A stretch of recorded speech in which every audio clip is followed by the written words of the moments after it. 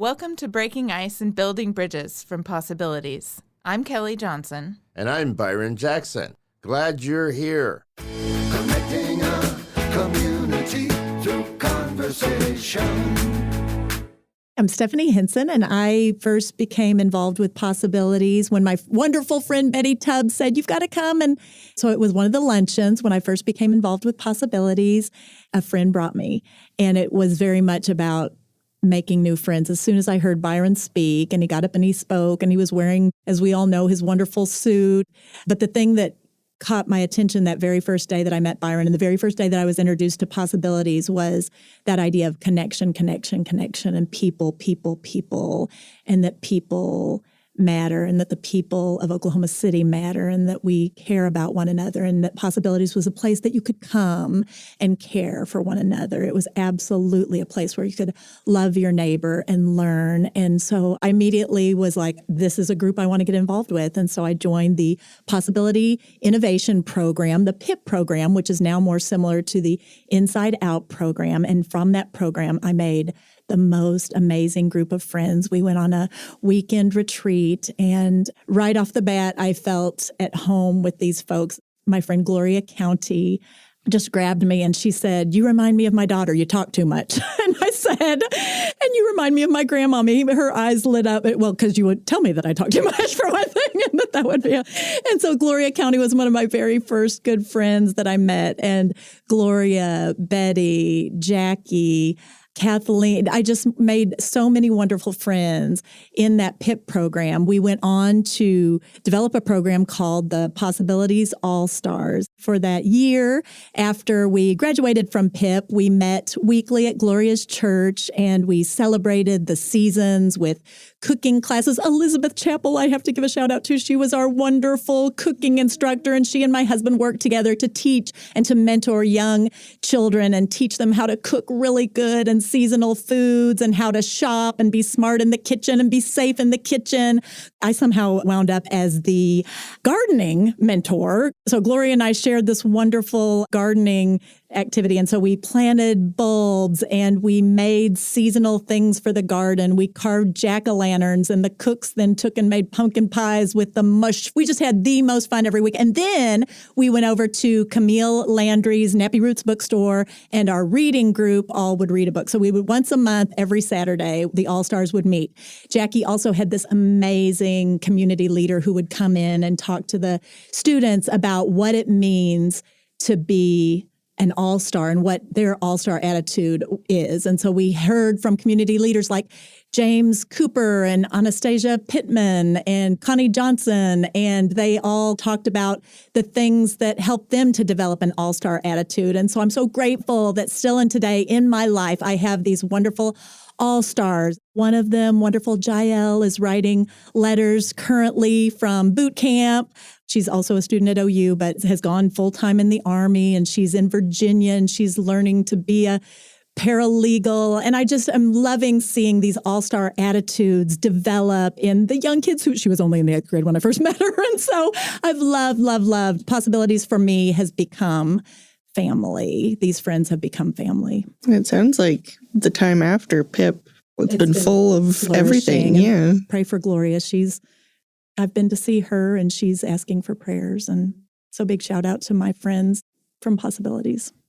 Can you think of anything specific from the Possibilities values or anything that you took away from your time in the class? I loved all of the values. Here was what was interesting. The values actually changed. We had a lot of virtues that when I first was in Possibilities, and I will never forget, these virtues were all on these little clothespins, and we would write about them. And, we would talk about how this virtue shows up in our life, or shows up in our PIP project, shows up in our relationships with our friends and all the connections that we're making.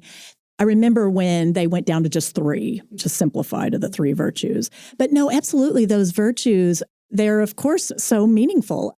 I was thinking about Byron. I love how so many of these friendships transcend just the work here at Possibilities. So many of my friends went on to do a lot of social justice work with the League of Women Voters. And Byron and Possibilities came out and marched with us in the Martin Luther King Jr. parade. And when the pandemic hit, for example, and that was such a hard time for all of us in Oklahoma City, and Possibilities was on the cutting edge of organizations that really recognize this is going to be a really hard time. People that we work with and care about are going to feel really isolated in their homes.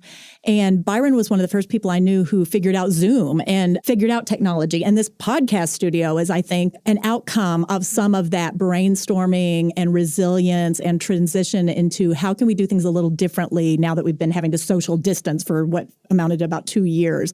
So I know that Possibilities, too, has been trying to reinvent itself and reimagine what they can do in a world sort of post-pandemic now, or where we're still trying to figure out how to communicate and what that looks like moving forward.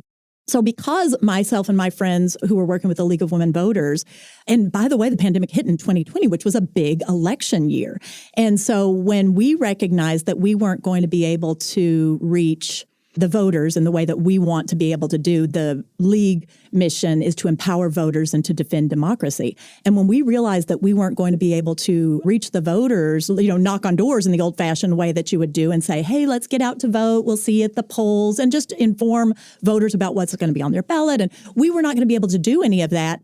Guess who I was able to call? It's that kind of trust and relation. I called Byron and he said, I've got your back. And he said, we can take everything that you guys are talking about at the League of Women Voters and everything that you guys are wanting to convey and impart to the voters, and we'll do it on Zoom. Byron did the absolute nicest Zoom outreach. We were able to record on Zoom. And I took a lot of the possibilities, virtues, and values that you're talking about, and I put it into an acronym that applies to both Possibilities and the League, and that is CARE, C-A-R-E. And so it stood for connection and coalition. So that's the way that we work. Possibilities was working with the League of Women Voters. Coalition, connection, connection, connection. The A stands for advocacy work because we advocate for our neighbors in all the ways that you do, advocate for one another. The R is for resources. We point people in the right direction. Where can you find the best resources to meet the needs for what you need and what your neighbor needs? So coalition, connection, advocacy, resources, and education, education, education. So those are values that I believe both the League holds and adheres to. They're values that Possibilities holds and adheres to. And those are some of the most salient virtues and values that I have in my life. Just care, care, care for one another. And thank you to Byron. Thank you to you, Lauren. Wonderful Santiago. Thank you, too, for that care, care, care that you give. Thank you. Let's talk some more about Byron. What about Byron struck you when you first met him? The suit. Of course. The suit, his whimsy. I mean, he's so absolutely whimsical. And I remember having conversations with him about, oh gosh, because when you do those color things too, like what kind of a color are you? And it was funny because I remember thinking, you might think an orange, that personality that's really out there, but he's such a blue, he's such a social work. He's such a caring soul. He really is a blue. But absolutely the first things that beyond the suit, it was what he was saying. And he was saying connection, connection, connection. So I knew immediately that his values aligned with my values and that I wanted to be a part of Possibilities because of that value alignment. We were talking earlier about how Byron has that magical quality of being able to make sure that everybody feels seen and feel heard. I love getting people in here to talk about him because it's so nice. Everybody's saying the same thing. Do you hear the suit a lot? Yeah. Well, one of the things I said, I was like, first day I met him, he was wearing head-to-toe tie-dye rainbow. And I was like, I love him. I don't know anything about him, but I love him and I need to know more and I need to work here. I can't go anywhere else. Yeah. And then the more you get to know him, like there's that layer underneath that is that blue, that is that soothing, that is that caring, that is that wonderful magicalness about him. So, yeah. Are there any fun stories that you have about a lesson that Byron taught you? I think just leading by example is what I would say. He's reached out to us. He and my husband have had similar physical ailments, and it's like that kind of thing. That's true friendship, I think, when you know to reach out and say, me too. Yeah, and me too. I feel that too. So, very empathetic. Super empathetic and super caring in that way. And so it's probably those most intimate times, when you're really hurting, yeah, I would say it's absolutely that I've cared the most about and appreciated the most is in our most vulnerable times to have the friend. It's easy to have friends when you're on top of the world, and it's much harder when you're hurting. And he is somebody who, like you're saying, he sees you and he reaches out to you when you're hurting, and that feels very loving. Is there any wisdom or anything that you want to give to him on his journey into retirement? Keep in touch. I am already wanting to connect you guys with some other things. I have got projects for him. He's not retiring from life, so he's like, I've got projects. We've got projects to work on. We've got stuff to do. We've got some all-star stuff to do. The all-stars will live on. We've got s'mores. That's part of the coming around the campfire together, And so my wisdom is keep on keeping on and let's do it together. Lots of gratitude, appreciation for you, Lauren, Santiago, everybody at Possibilities. It has been transformative in my life, and Byron has been transformative in my life and a forever friend, and I thank you for that. Thank you, Byron. Connecting a community through conversation. Breaking Ice, Building Bridges is the Possibilities community podcast platform. Thanks for tuning in.